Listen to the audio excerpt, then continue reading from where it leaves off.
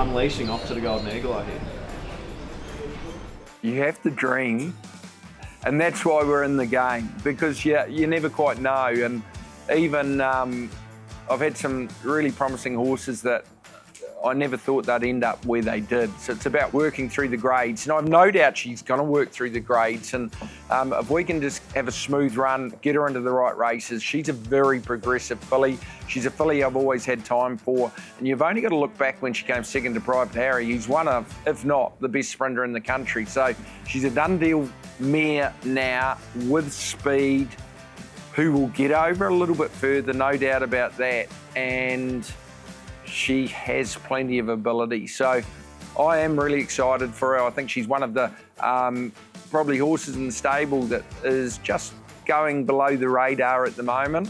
But I think if she can do what I think she's capable of, she'll be on the radar very, very soon. And touch wood, at this stage, we've had a fairly good preparation, and she's had a couple of niggles, particularly with her hind hamstring.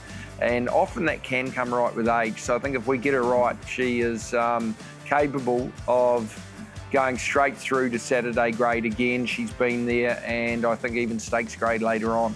Yeah, perfect. So this spring, she's showing all the right signs that she's not battling too much soundness issues.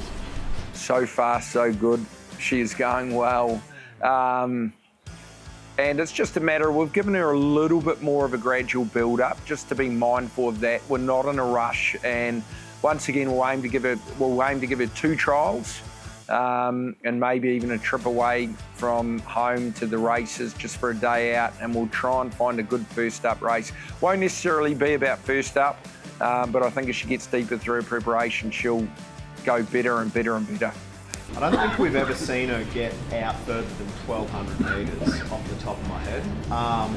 Where do you sort of see she could stretch out to being by done deal?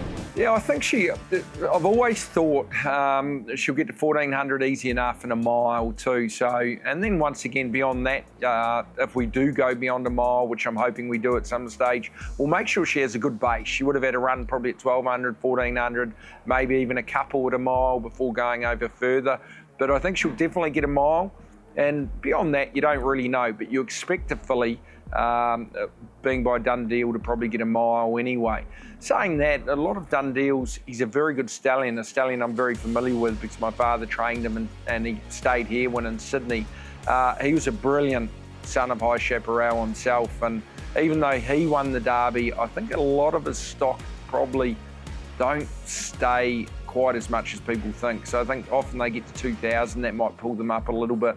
And she has got speed, so we'll just see. It's one of those things you never quite know, but I guess time and experience will learn a little bit about her, and I'm sure there's going to be good opportunities once she sort of gets up over a little bit further. And you had a good done deal filly. Her name's escaped me right now. She ran in a Tancred. What was her name? She's Ideal, and she was a very good horse. She came, she had 3 Group 1 seconds without winning. She came second in the Tancred. She was second in the Wink Stakes over 1,400, believe it or not, and that was a Group 1. And she was also second, beating the nose by Very Elegant when she looked home at 100 to 1. Ooh. She was a horse that didn't show any ability early. And as she generally got over a little bit further, she got better. So when she came second in, I guess, the 1,400 metre race, we were excited. But she got better as she got a little bit older and more mature too. Yeah, so they seem sort of quite different being by the same stallion though, because you've spoken about Unleashing's got nice natural speed, whereas She's Ideal probably needed that distance to get into it. Yeah, she needed the distance, and she needed probably the right tempo, a fast run race where she was able to get back and relax and finish off, where I think Unleashing's probably got a little bit more tactical speed, and hopefully she's got the stamina to go with it as she gets older. So I'd love to think, well, I do believe she's got stakes class ability, and I don't say that lightly, because they do make liars of you. It's just a matter of getting the right setup and having a smooth run with her as much as anything. She was an 80k purchase at the Melbourne sale. If she could win a couple of stakes races, that'd be nice value.